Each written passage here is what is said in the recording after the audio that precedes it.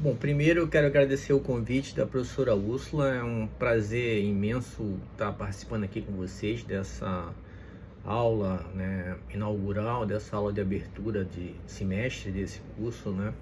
E trazendo essa temática para vocês, que é a questão da desinformação nessa era da sociedade digital, né? Que a gente entende como sendo uma era onde a informação determina a verdade, ou deveria determinar a verdade.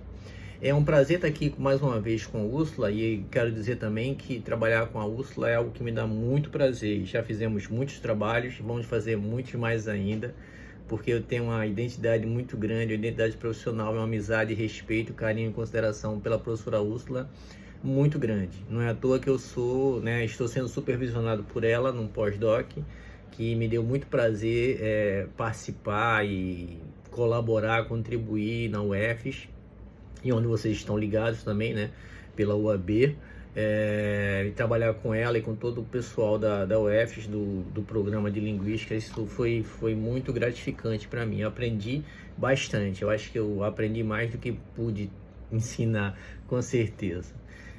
Bom, a dinâmica que eu iria propor aqui é que eu fizesse uma apresentação sobre a temática e depois as dúvidas pudessem ser sanadas, né?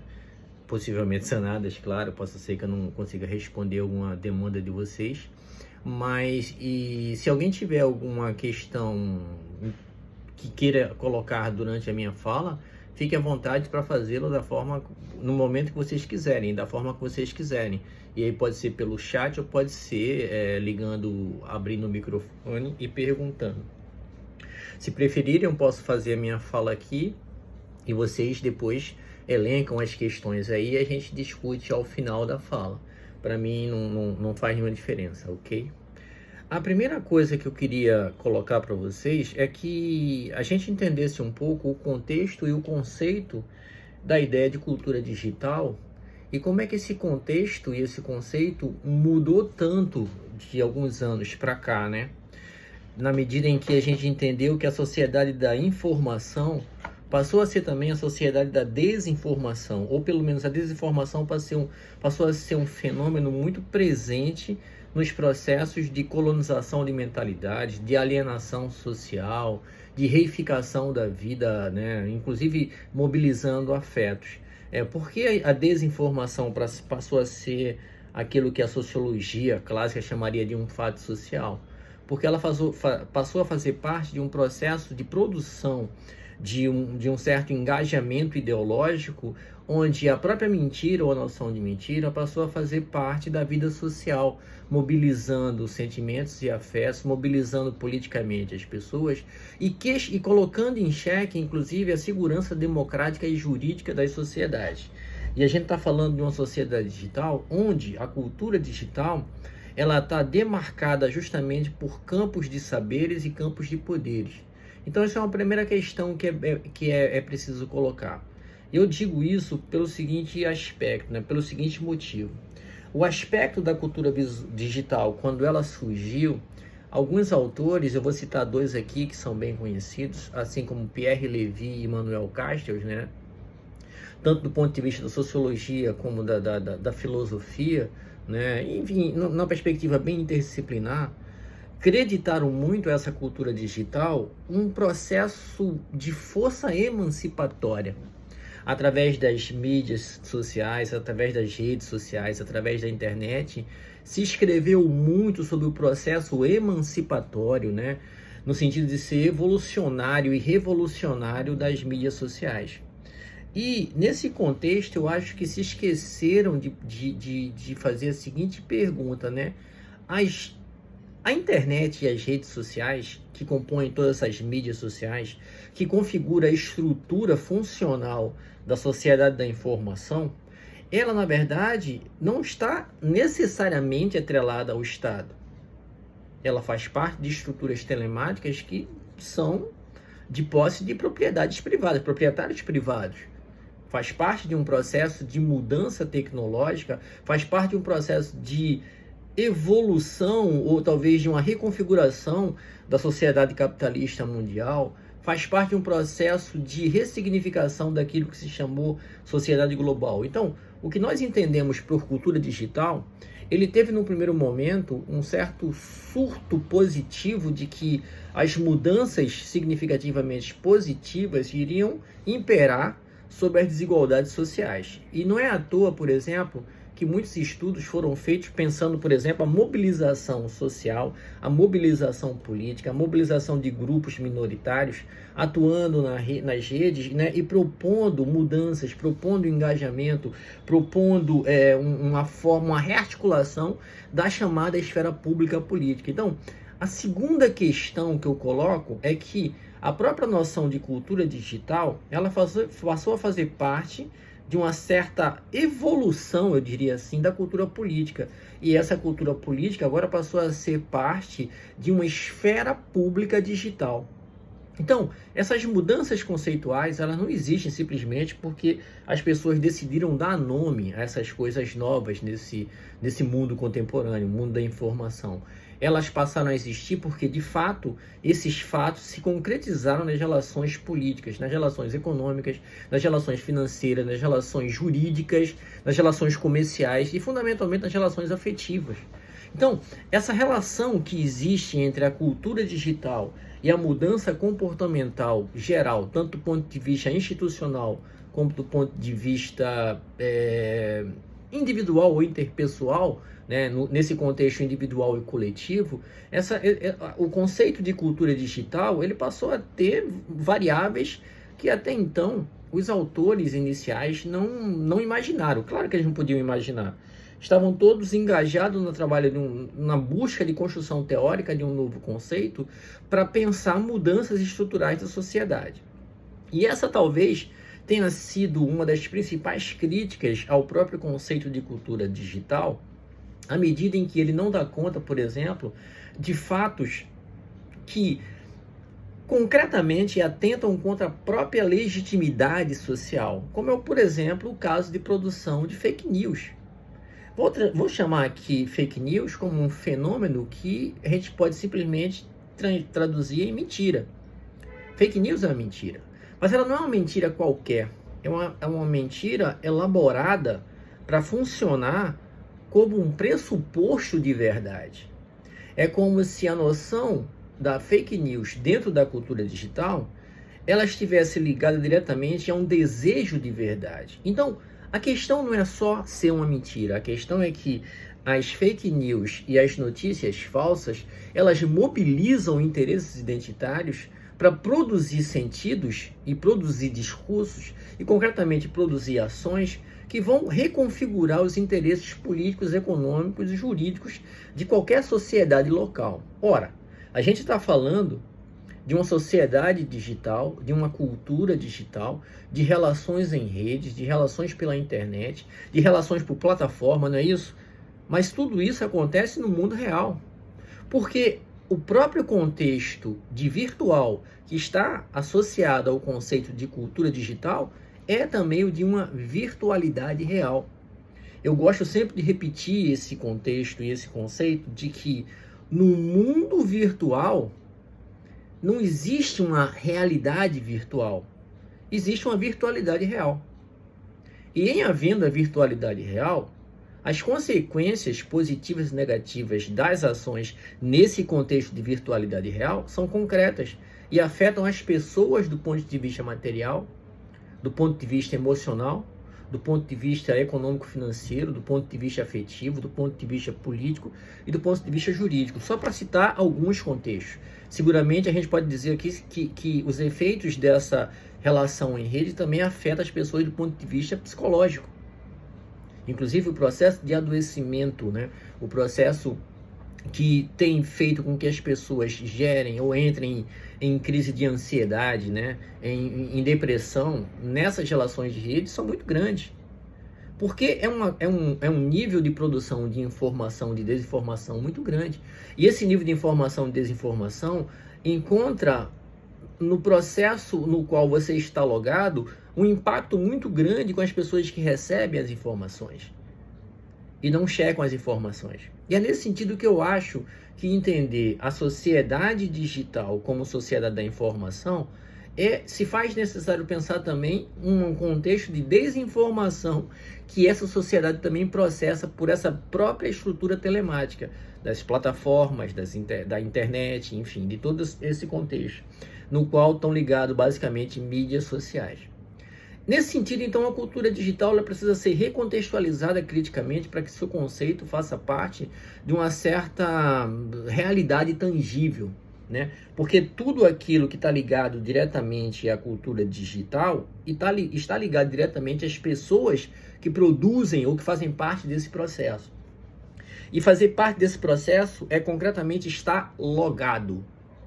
Logo, se você está logado no sentido de fazer o login, de você ser um usuário e tem uma senha de acesso, esse usuário na verdade tem um perfil, esse perfil na verdade é caracterizado por um tipo de prática, um tipo de informação que você consome, um tipo de comportamento nessa estrutura telemática. Esse perfil define basicamente eu diria que define concretamente aquilo que eu chamaria de seu perfil identitário. Porque esse indivíduo agora, esse seu perfil identitário, ele não tem uma identidade a priori, ele é uma identidade usual. E qual é a questão importante aí? É que você está logado no mundo como usuário, não como cidadão no seu conceito original, não como um ator social no seu conceito original, não como uma pessoa que tem representações de papéis no seu conceito sociológico. Você é um usuário. Em qualquer plataforma, em qualquer relação que você estabeleça na internet, você é usuário. Então aqui nós temos uma definição conceitual que eu chamo de indivíduo usuário na cultura digital. E esse indivíduo usuário, ele tem um perfil. E esse perfil identitário não é necessariamente criado por ele. É um perfil atribuído a ele pela classificação que é feita, pela informação que ele consome, pela informação que ele produz, pelas práticas digitais que ele desenvolve nas plataformas, pelas pessoas com quem ele se relaciona, pelas pessoas que procuram se relacionar com ele, que mesmo que ele não conheça, pela sua geolocalização, pela sua georreferência, pelo que ele consome, pelo que ele compra, pelo que ele vende, pelo que ele faz, pelo que ele diz, né? Até as suas práticas mais íntimas, por exemplo, faz parte da utilização de dados que são compilados nessas plataformas e que são feito o perfil desses usuários. Então a perfilização das pessoas é um processo de criação de identidade delas. Nessa cultura digital, nós somos indivíduos e usuários que temos perfis. Perfis que foram criados sobre nós. Não estou falando aqui do seu perfil e da sua performance como produtor de conteúdo, como, enfim, alguém que faz a dancinha do TikTok, não alguém que toca o violão ou faz uma música e mostra, não alguém que produz a fotografia. Não, eu estou falando de um perfil que é atribuído a você, usuário, à medida em que toda a sua relação com a internet, ela é capitalizada, ela é classificada, ela é rotulada, ela é identificada e ela é moldada dentro de um perfil. Então, é nesse sentido que o perfil usuário, ele é um perfil identitário que as empresas, ou pelo menos as plataformas que lidam com dados digitais, perfilizam cada pessoa que é usuário. Para que isso é feito? Nessa cultura digital, essas identidades usuais, esses usuários como indivíduos usuários, eles são, na verdade, também um dado. O indivíduo na cultura digital também é um dado. Ele é um dado por tudo que ele representa. E aí, nesse sentido, é interessante a gente pensar que a cultura digital também nos objetifica. Já pensaram nessa questão? Como nós somos também objetos na cultura digital? Isso é um pouco diferente da gente pensar os vários conceitos filosóficos ou antropológicos ou sociológicos ou o mesmo político sobre o conceito de cultura. Se a gente for para o dicionário de antropologia, enfim, para o dicionário das ciências humanas de uma maneira geral, e você procurar a palavra cultura lá, você vai ter várias definições. cultura como acúmulo de produção de conhecimento, cultura como experiência, cultura como riqueza material e imaterial de uma sociedade. Você vai ter vários conceitos de cultura, né? Cultura como produção de um saber, né? Cultura ligada ao conceito de civilidade, cultura ligada à produção de identidade. Você vai ter o conceito de cultura da forma mais variada possível. Por quê? Cultura é um conceito-chave para entender basicamente a produção de um certo sentido da vida coletiva, seja de uma comunidade pequena ou de uma sociedade muito grande. À medida que a gente transforma essa cultura, esse conceito original de cultura, num conceito de cultura digital, a gente tenta trasladar, ou seja, levar desse conceito material, né, para o mundo, para esse mundo da virtualidade real, esse mesmo conceito. E esses conceitos de cultura parece que ganham uma nova dimensão na cultura digital. Porque a cultura digital, ela não é só a cultura do que eu produzo, do conteúdo que eu produzo, não é só a soma dos saberes, dos valores presentes, né, nas plataformas digital. Não, cultura também é um mecanismo de controle. Cultura também é uma forma de estabelecer sobre os indivíduos um certo poder de interdição, poder de fiscalização, eu diria mais ainda, um poder de vigilância. A cultura digital, ela também exerce sobre os indivíduos usuários uma certa vigilância, na medida em que absolutamente tudo que você faz na internet, você tem ou você está sujeito a ter uma fiscalização, uma vigilância e um controle. E quando eu falo vigilância, eu falo basicamente de que tudo que você diz, tudo que você faz, é visto e gravado, é ouvido e gravado, é registrado. E aí vai entrar um novo conceito, por exemplo, que eu vou trazer para vocês aqui, que está associado à própria memória digital. Quando a gente pensa memória digital, a primeira coisa que vem para a gente é o seguinte: o chipzinho que eu vou instalar no meu celular, né, que vai aumentar a memória e a capacidade de armazenamento disso. Não é isso que vocês pensam? Mas não é necessariamente isso. Isso é só um dispositivo.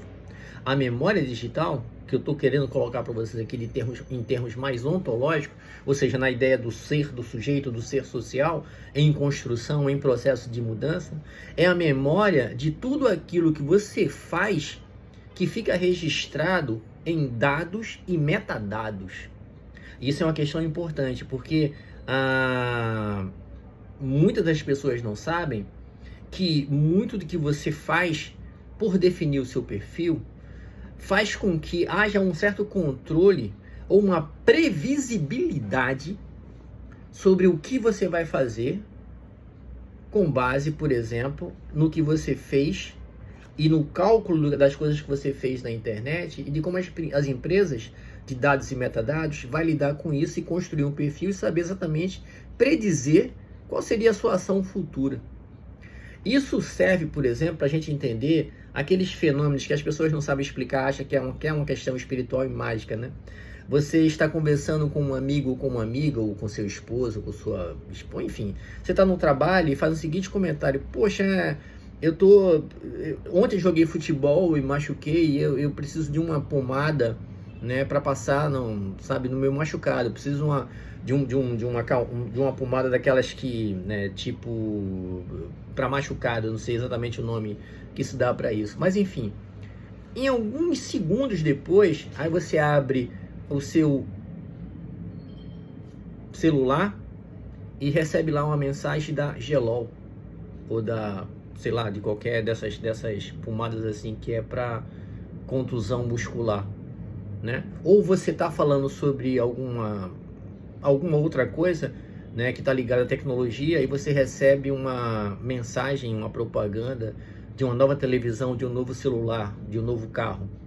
Ou você está falando sobre música e recebe, né, lá no Spotify a indicação da música daquele cantor, né, que você falou.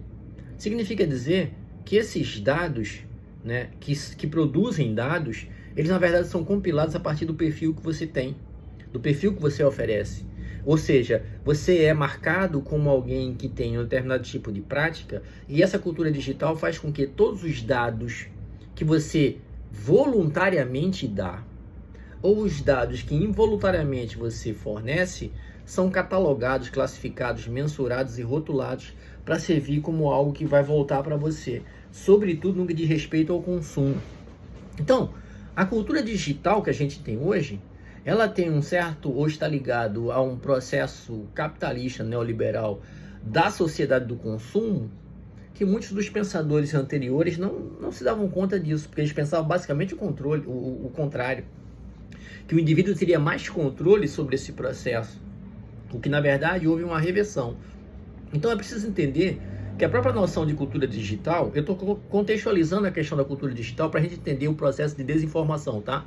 Eu estou fazendo um caminho inicial para a gente entender como é que a cultura digital, nessa estrutura sociocultural, política e econômica, ela leva para um processo de desinformação e de como a desinformação vai virar uma mercadoria, inclusive. Então, todo o contexto de produção de uma cultura digital, ela vai marcar, ou ela, de certa maneira, ela é determinada pela marcação de um reconhecimento de práticas usuais que leva basicamente a um certo controle sobre esse usuário. Isso é uma primeira questão, uma questão mais óbvia, não tem nem grandes reflexões sobre isso. Agora entra uma segunda questão, que é onde talvez eu vá me demorar mais um pouco, é de como isso, na verdade, porque se você pensa nesses aspectos, então há uma certa legitimidade entre essa troca de dados. Mas quando os dados eles são vendidos sem permissão sua, quando os seus dados, por exemplo, são ofertados em momentos específicos da vida social, sem que você dê autorização, como por exemplo, quando os seus dados, né, e os seus dados não é só o seu CPF não, tá? É todo o seu perfil. E o seu perfil, eu vou deixar bem claro aqui do que eu estou falando sobre chamado de perfil. Você usualmente tem no celular um dispositivo que você está com ele praticamente 24 horas por dia. Concordam comigo?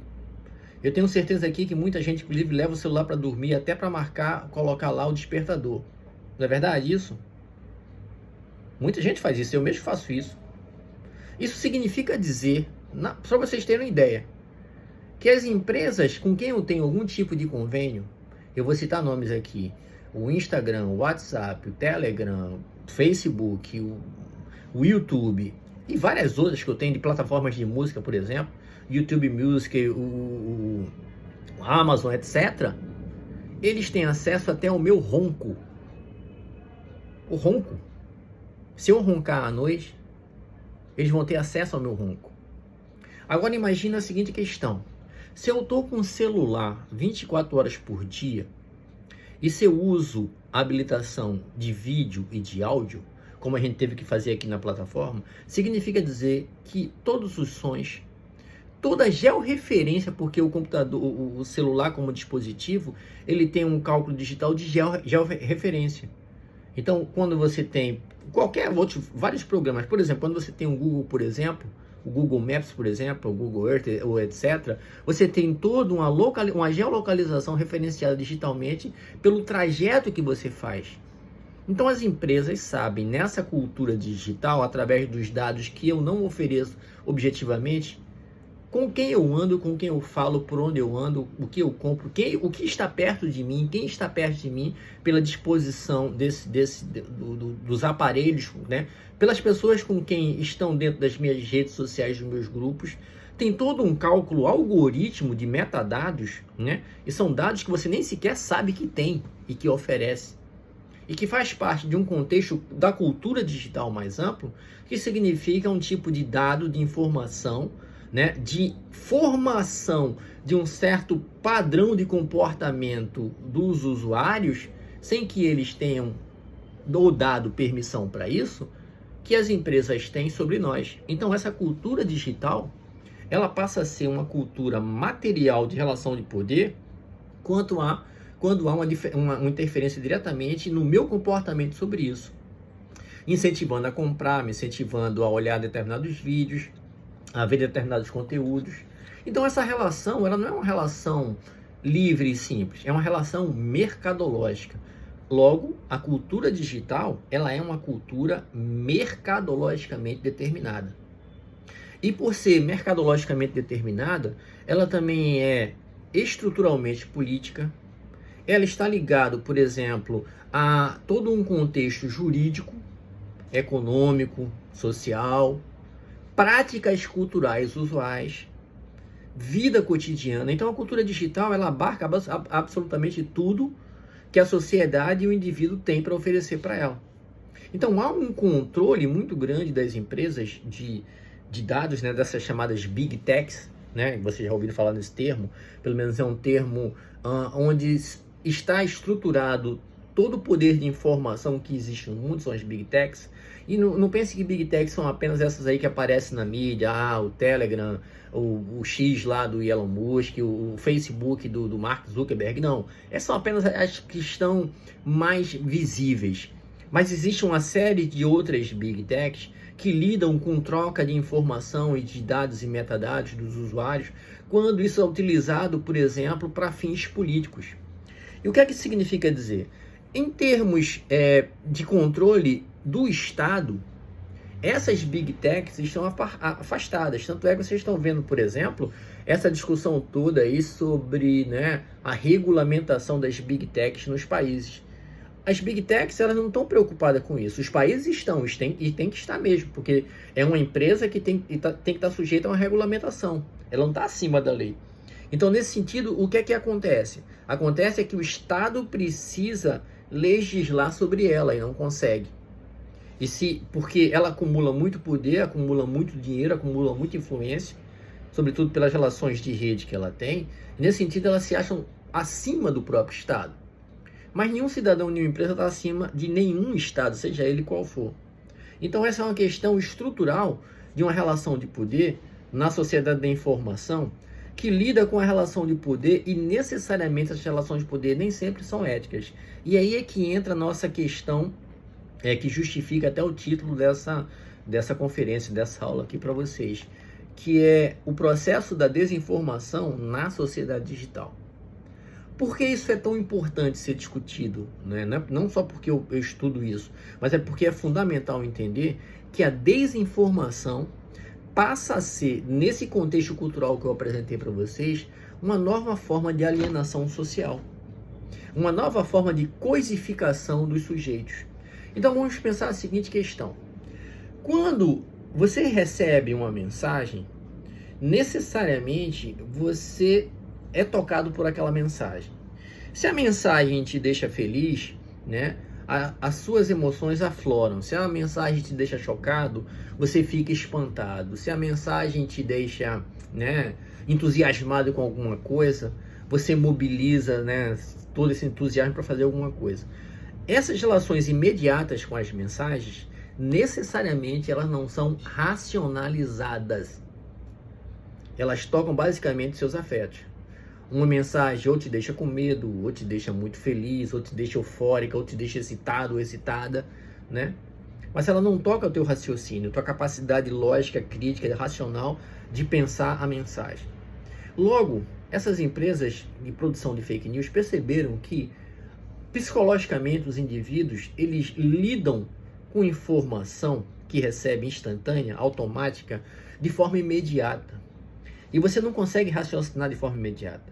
Para você raciocinar, você tem que ter um tempo para você depurar o que você teve, que você recebeu, pensar, refletir, para daí tomar uma ação. Elas sabem basicamente que quanto mais informação, mais mobilização de comportamento. Logo, para elas, de forma antiética, quanto mais desinformação, mais mobilização de ação. Entende qual é a questão?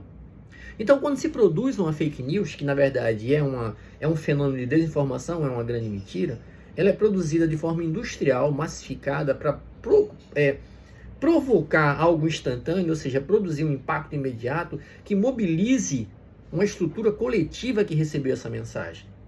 E à medida que essa mensagem produziu em você um efeito, seja ele qual for, vamos imaginar um efeito de insegurança ou de medo, a primeira coisa que você vai fazer é repassar essa mensagem.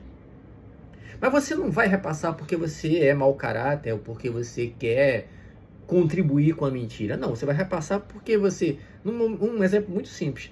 Você ama as pessoas da sua família, ama as pessoas, os seus amigos. A primeira coisa que você vai fazer é colocar isso no seu grupo de amigos ou seu grupo familiar.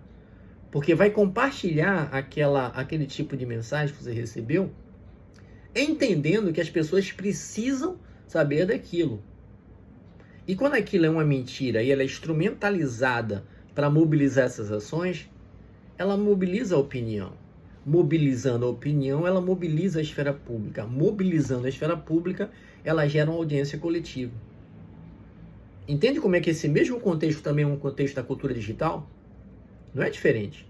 Isso é cultura digital.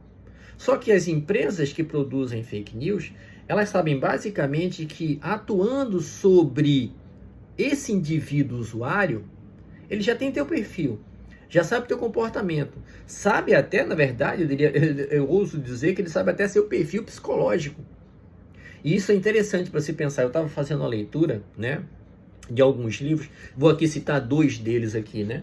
Sociedade do Controle, esse que é organizado aqui pela Joyce Souza, o Rodrigo Avelino, o Sérgio Amadeu Silveira. É um livro maravilhoso, né? E um outro livro também fantástico para a gente pensar esse tipo de coisa aqui, ó.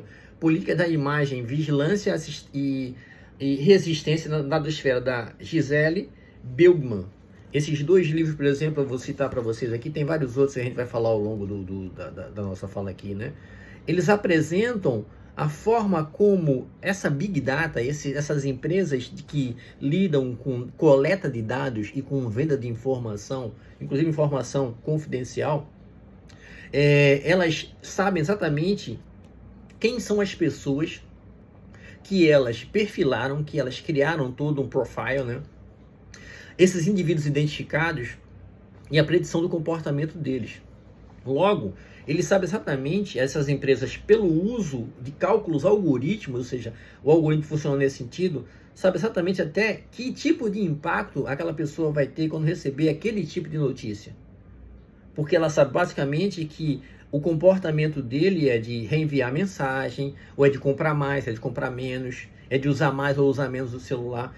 Tudo isso é calculado. Eles calculam quanto tempo você tem logado, em que plataforma você está logado, quanto tipo de música, que tipo de música você usa, e quanto tempo você ouve aquela música, né? O que você compra, o que você não compra, o que você acessa com desejo de compra, com quem você conversa, o que você conversa, obviamente, porque se o microfone estiver aberto, né, a gente autoriza o microfone para fazer várias coisas, né? Significa dizer que os dados que eu estou falando ali, por exemplo, em algum momento são coletados. Né? Com quem você fala, o que você fala, tudo isso calculado por algoritmos, e são cálculos de milhões de dados, eles têm basicamente uma capacidade de predizer o meu comportamento. Logo, se é produzida uma fake news com o intento de ter a mobilização das pessoas para uma determinada opinião pública, ele sabe exatamente o grau de impacto que determinada fake news vai ter quando produzida. Então, não é à toa que vocês sabem, por exemplo, que em períodos eleitorais é o período que você mais recebe fake news. Ou em períodos de plebiscito, por exemplo, quando tem alguma coisa que está sendo discutida de forma plebiscitária, né? Um referendo, alguma coisa assim, as fake news aparecem mais. Por quê? É um momento das pessoas decidirem algo. Logo, se as empresas mobilizarem desinformações para produzirem determinados comportamentos, o grau de impacto também já está sendo calculado. E isso também é cultura digital.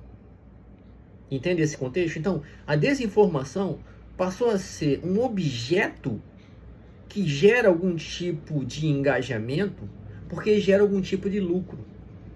Todo esse processo na cultura digital faz parte de um contexto, de uma nova forma de capitalismo. Alguns chamam de capitalismo de plataforma, pela exploração e pelo empobrecimento, ou uberização, que é um conceito muito usado, das relações de trabalho. Alguns chamam de sociedade digital, pela forma como a sociedade está se reproduzindo na internet, as relações de afeto, de comércio, relações materiais estão cada vez mais sendo plataformizadas. Outros chamam de sociedade da informação, porque basicamente é a informação que movimenta a economia mundial, né? Enfim, não importa qual seja o conceito, todos esses conceitos vão se enquadrar numa sociedade contemporânea, onde as relações dessa virtualidade real passam relações de interesse, perpassam relações de poder, configuram relações de controle, configuram relações de ações políticas, porque você mobiliza basicamente a opinião pública e os afetos dentro desse contexto. Então, as relações de uma sociedade em que o poder público ele é caracterizado pela produção de mentira, e a gente sabe basicamente com o advento da extrema-direita, mais mentiras se produzem na internet, não é isso? O propósito da produção dessa mentira, dessa desinformação, é basicamente ter controle sobre os indivíduos, produzindo nele, por exemplo, a cultura do medo. A fake news, né, sobre a imposição de um poder, vamos pensar as políticas que o governo norte-americano está implementando agora, né? O tipo de cultura política é um tipo de cultura política autocrática, autoritária, conservadora, ultraconservadora, né? Misógina, xenofóbica, racista. Concordam comigo? O que o Trump está fazendo, pela retórica dele, a produção de desinformação, ela é racista, ela é homofóbica, ela é xenofóbica, né? Ela tem toda aquela coisa, aquela cultura abjeta para produzir uma desinformação, para mobilizar, intimidar, mobilizar o medo e intimidar as pessoas. E mobilizar não só as pessoas no contexto norte-americano, mobilizar o mundo, porque associado à desinformação estão os homens mais ricos do mundo. Já pensaram nesse contexto? Isso também é cultura digital. Através da cultura digital, você produz a desinformação. Através da cultura digital, você produz a alienação coletiva. Através da cultura digital, você produz também um processo de massificação da mentira, tentando manipular a opinião pública, tentando manipular os afetos, tentando produzir um contexto de insegurança coletiva para toda e qualquer sociedade. Você produz o medo. E o medo, que mais é do que não um afeto? Quem é que sente o medo? As pessoas. Concordam comigo? Não existe um medo que eu vou compartilhar. O medo é meu. E o medo que eu tenho, eu passo para minha família. O medo que Úrsula tem, passa para a família dela, para os amigos dela. Então, você compartilha um comportamento de insegurança, porque você fica nas relações de poder, você fica sem saber lidar com esse tipo de controle que é exercido sobre você, em todos os aspectos. Essa cultura digital também, na medida em que ela tem a desinformação como uma nova mercadoria, ela produz ainda mais alienação. O conceito de alienação, por exemplo, quando vocês já estudaram isso de alguma forma, esse conceito na filosofia marxista, por exemplo, na teoria crítica, alienação é basicamente mentira, é a inversão da verdade. E aí, quando você entende que esse conceito de alienação, de fake news, de mentira produzida de forma massificada, que é veiculada pela internet, pelas plataformas de mídia social, elas produzem a mobilização de afetos e opinião pública, você entende que a desinformação é uma nova mercadoria do capitalismo digital. A desinformação e a mentira, ela passa a ser um objeto construído industrialmente para ser consumido ou distribuído, mobilizando comportamentos, ou tendo uma previsão sobre comportamentos, para que daí tenha uma expectativa de maior ou menor engajamento, manipulação das mentalidades para eleger determinados políticos, utilização dessa desinformação para conseguir determinado tipo de política pública ou aprovação de lei. Então, nesse sentido que a desinformação, ela passa a ser um objeto utilizado de forma criminosa, ou por governos, ou por indivíduos, ou por grupos sociais, com um propósito de produzir uma nova forma de alienação social. E aí os velhos conceitos da sociologia, da filosofia, da história, enfim, né, das ciências humanas, devem, na minha opinião, né, na minha avaliação, olhar para esse conceito de desinformação nessa estrutura da sociedade digital, da sociedade da informação, da sociedade de plataforma, como sendo uma nova relação de exploração de poder. A desinformação está calcada numa relação de poder. E estando calcada numa relação de poder, o que ela faz basicamente é criar novas condições de exploração e de diminuição da qualidade de vida dos indivíduos. Porque uma sociedade que acredita, por exemplo, em coisas míticas, ela involui. Porque o processo de modernização das sociedades se deu basicamente pela capacidade que a ciência tem de produzir verdade. E qual é o conceito de ciência? Ciência produz uma verdade fazendo inferência, fazendo medição, utilizando uma metodologia para chegar a um determinado resultado, testando aquele resultado, criando hipótese, testando hipótese, até ter certeza de que aquela coisa que se encontrou como verdade, ela pode virar uma regra, uma lei universal. Como a lei da gravidade, por exemplo. Para a gente entender um conceito de ciência. A lei da gravidade ela é invariável em todo o mundo, porque existe toda uma explicação física, da física clássica que nasceu com Newton, por exemplo, de que essa lei ela é invariável, até que haja alguma outra coisa e acabe a gravidade. Mas enquanto não há a lei, ela é universal sobre o peso dos corpos na Terra, o fato de estarmos aqui todo mundo com os pés no chão, porque existe uma coisa chamada física científica que explicou que a lei da gravidade, ela se pauta num contexto de realidade e se explica por quê.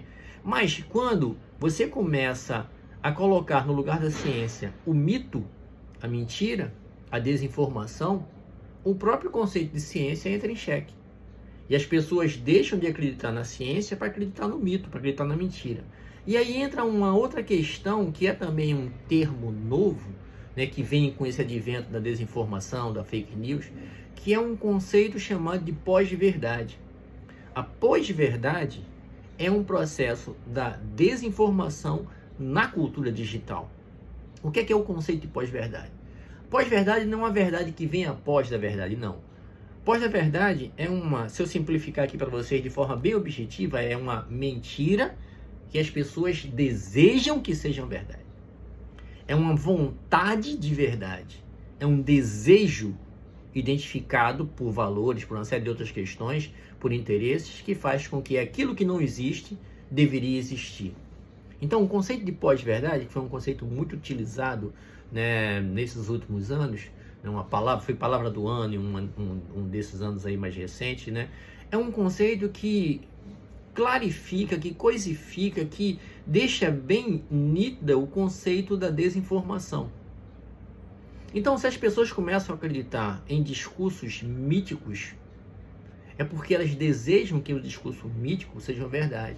Mas é porque elas são mal? Não. Ela tem um sistema de crença. Um sistema de crença, por exemplo, é algo que eu vou acreditar, entendo o conceito de fé como crédito, por exemplo. Eu vou acreditar porque me identifico com ele. Mas é quase religioso? É quase religioso. E não é à toa, por exemplo, que em determinadas sociedades o uso da religião para desinformação é um mecanismo que funciona muito. Porque não é que a religião seja mentira. A religião não é mentira. A religião é uma forma doutrinária de fazer com que um sistema de crença simbólico e sagrado seja referenciado dentro de um contexto institucional que as pessoas vão depositar sua fé. Religião é uma coisa, fé é outra. Concordam comigo? A fé é uma demanda subjetiva, que está no meu sistema de crença. A religião é a instituição do qual eu vou adequar a minha fé por aquele Deus específico. Então, é nesse sentido que o próprio conceito de religião está associado a uma ligação do indivíduo com a divindade, pela sua fé. As religiões, ela tem, por exemplo, um livro sagrado. Esse livro sagrado não é um livro científico, é um livro doutrinário. E que as pessoas leram esse livro e acreditam naquele livro. Não tem nenhum problema com relação a isso. Toda religião tem o seu totem. Toda religião tem o seu livro sagrado. Toda religião tem o seu símbolo, o seu poder simbólico. E todo poder simbólico tem um campo de significação. Isso não é nenhuma novidade. As pessoas depositam sua fé porque acreditam naquilo. Nada disso é anormal. Pelo contrário, isso é até legítimo. Isso aí, inclusive, faz as sociedades em que, eu estava vendo uma pesquisa antropológica, aqui já tem um tempo, que diz o seguinte, que em comunidades, e a gente pode traduzir, em sociedades em que você acredita em Deus, as pessoas são mais felizes. Concordam comigo? Óbvio, gente, é algo mais feliz. Você não acredita na finitude. Se você não tem uma ideia de Deus, seja ele qual for, você vai achar que essa vida é só isso aqui. Se a vida é só isso aqui, por que eu tenho que seguir regras? Entenderam? Então a religião, ela funciona como sendo um espaço do sagrado, onde você acredita um certo comportamento, uma conduta moral, dentro de um certo padrão doutrinário que você legitima. uma Bíblia, um Corão, um Torá, que são livros sagrados dessas religiões de origem abraônicas, né? O cristianismo, o judaísmo e o islamismo vem de um contexto histórico muito próximo, né? São religiões chamadas abraônicas, né? Nesse sentido, tem a ideia de um Messias. O Messias já chegou e você matou. O Messias ainda não chegou. O outro chegou e andou pelo deserto. Enfim, então você tem a ideia do Jesus, você tem a ideia do islamismo, do Alá. Você tem os deuses que representam, na verdade, uma certa purificação do sujeito. Os indivíduos acreditam nisso, na verdade, e transformam isso num modo de produção de vida. Então, eu estou dizendo basicamente pelo seguinte, né? A Bíblia, né, qualquer livro sagrado, ela representa um código doutrinário, moral, religioso, que as pessoas configuram sua vida tendo aquilo como certo guia. Beleza, tranquilo. Bom, uma religião, ela tem uma doutrina. Um partido político também tem uma doutrina. Concordam comigo? A doutrina partidária, a doutrina religiosa. A doutrina é uma verdade absoluta que eu desejo acreditar. Eu posso questionar, eu faço uma outra religião, mas eu vou ter sempre um viés doutrinário para que eu me guie. Isso também não tem nenhum problema. O problema, basicamente, é quando determinadas lideranças religiosas utilizam esse contexto da mobilização da doutrina pelas fé e transformam mentira, inclusive que não está na Bíblia, como sendo a conduta do indivíduo que está direcionada para um determinado comportamento esperado socialmente e politicamente. Então, quando a desinformação, por exemplo, passa a fazer parte do discurso religioso de uma liderança religiosa, seja ela qual for, no sentido de transformar fake news, notícias falsas, politicamente elaboradas, massificadas, para que na hora da missa, na hora do culto, ele passe as mentiras para esses fiéis, isso aí já é alienação. Não tem nada a ver com religião. Então, a utilização, por exemplo, da desinformação e da mentira através de fake news faz com que as pessoas acreditem aquilo que está sendo dito como uma verdade absoluta, que inclusive nem estaria na Bíblia. E da mesma forma que essa manipulação ela se dá pela manipulação dos afetos, sobretudo o afeto do medo. Então o problema não é a religião. O problema é o uso indevido da religião com as fake news. O problema é o uso indevido da desinformação aplicada às religiões. Isso eu estou falando na religião como instituição, mas pode ser na escola também. Pode ser, por exemplo, na faculdade, onde você tem o papel do professor como alguém que vai orientar, que vai esclarecer, que vai produzir determinados saberes, reproduzir um certo conhecimento para as pessoas e transforma, por exemplo, fake news como sendo notícia científica. As relações de poder que existem nessas dimensões institucionais são relação de cooptação, relação de domínio, relação de poder, inclusive físico. Logo, a manipulação dos afetos coletivos das instituições com a desinformação, ela é muito grande e faz com que, através ou do medo ou de uma ressignificação de um conceito de pós-verdade para imputar nas pessoas um certo comportamento, faz com que a expectativa de comportamento seja calculada. Então é óbvio que a gente entende que esses milhões e milhões de pessoas que votam na extrema-direita, a imensa maioria, ela é levada basicamente ou por fake news, ou por doutrinas mentirosas, ou por formas de controle que perpassam os seus WhatsApps, que perpassam os seus Telegram, que perpassam os seus Instagrams, que perpassam os seus Facebooks, que perpassam o seu YouTube, no seu perfil de bolha do qual eles vivem, né? O conceito de bolha, por exemplo, é um conceito que foi muito utilizado, talvez hoje ele não sirva muito, mas ele é interessante para a gente entender que nós somos indivíduos que temos grupos sociais dos mais diversos, mas a bolha determina basicamente o alcance das minhas relações sociais pela internet, nessa cultura digital. Se você vê, existe um padrão de comportamento usual com as pessoas com quem eu falo, o padrão de comportamento usual do que eu compro, do que eu digo, do que eu escrevo, O algoritmo, ele calcula basicamente os padrões de dados, o padrão de comportamento do usuário que transforma em dados, para que daí ele tenha um perfil sobre o indivíduo. E não importa se os dados são religiosos, são íntimos, são dados objetivos institucionais, são dados de documento ou se são dados de comportamento. Para finalizar, já estou chegando aos meus, já passei de 50 minutos, eu não vou também me estender, eu vou dar alguns exemplos aqui para a gente entender como nessa cultura digital, todo tipo de dado, que eu nem sequer imagino que seja dado, ele é calculado como um perfil. Eu vou dar um exemplo aqui bem simples. Um algoritmo de uma plataforma de mídia social, ele consegue calcular até a sua condição emocional no seu dia. Vamos imaginar que você teve uma desavença com seu filho, ou você brigou com seu chefe, ou você brigou no trânsito, indo para o trabalho, brigou lá, e ficou emocionada, enfim, não houve nenhuma violência, mas você ficou ainda com aquelas emoções.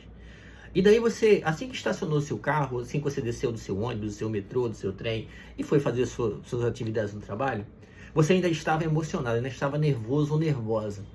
E nervoso, você pelo hábito, você pegou seu celular e começou a mandar mensagem. Mandar mensagem que nem tinha a ver basicamente com o que aconteceu, que você não queria nem, você quer esquecer aquilo, aquela desavença que teve no trânsito, ou no ônibus, ou no trem, ou no metrô. Beleza. Você só quer chegar no seu trabalho, na sua casa. Mas você está emocionado. Então, para desopilar, você pega o celular e vai falar com sua amiga ou seu amigo, ou com seu namorado, ou com seu marido, enfim, ou com seu colega, ou com um grupo, e começa a digitar. E começa a digitar rápido. E começa a digitar rápido porque você está nervosa, você quer desopilar e começa a digitar bem rápido. Essa forma de digitação, ela não é do seu perfil. Você geralmente digita devagar. Você procura corrigir os erros, né, de digitação, corrige os erros de português. O algoritmo sabe exatamente que aquele momento é um momento que é um ponto fora da curva, que não tem a ver com o seu perfil. Ele vai procurar entender exatamente por que você teve aquela quantidade de erros, por que digitou tão rápido, por que mandou mensagem sempre, porque fez um monte de coisa que é fora do seu perfil. Para recalcular o seu perfil e entender basicamente o seu controle emocional. Em outras palavras, o nosso uso, nossa forma usual de lidar com os dispositivos, eles conseguem mensurar até o meu estado emocional. Pela quantidade de emoticon que eu mando, pela quantidade de carinha triste ou alegre que eu faço. Tudo isso é dado e a gente não entende isso como dado, é só uma forma de comunicação. Mas isso é somado e calculado pelo tipo de uso que eu faço pelas mensagens que eu mando. Só para se ter um contexto. Até o controle mais subjetivo é dado objetivo para essas máquinas algorítmicas que calculam os nossos dados. Então, o que eu quero dizer é o seguinte, né, só para concluir. Aquele conceito de sociedade de cultura digital que a gente tanto viu e tanto reverenciou com Castells e com Pierre Levy, hoje ele se transformou nisso que os caras chamam aqui de sociedade do controle. Aquela cultura digital que era emancipatória, hoje é uma cultura digital que controla o usuário. Controla no sentido de mapear todo o seu comportamento, identificar os padrões de comportamentos usuais, de dados oferecidos, de dados que não foram oferecidos, mas que são calculados. E esses dados servem basicamente para criar perfil e vender, para que as pessoas possam fazer desses usos aí, uso político, uso comercial, enfim, uso ideológico. É nesse sentido que a cultura digital hoje, ela está associada a um processo de desinformação. E a desinformação é concretamente uma nova forma de reificação e de alienação da sociedade contemporânea. Essas seriam as questões que eu queria trazer para vocês aqui.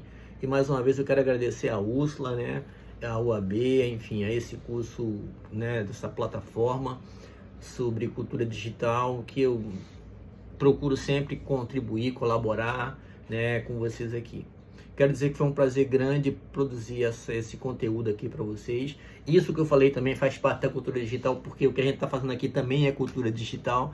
Ou seja, a cultura digital ela também pode ser ou pode produzir significados extremamente positivos. Eu acredito nisso, por isso que eu sou otimista em pensar que a cultura digital ela pode servir para o mal, mas pode servir para o bem também. Eu acredito nisso, eu acho que politicamente a gente pode fazer alguma diferença ainda pela cultura digital e também produzir emancipações. Obrigado, Úrsula. Obrigado a vocês todos que tiveram paciência em me ouvir aqui. Beijo para vocês.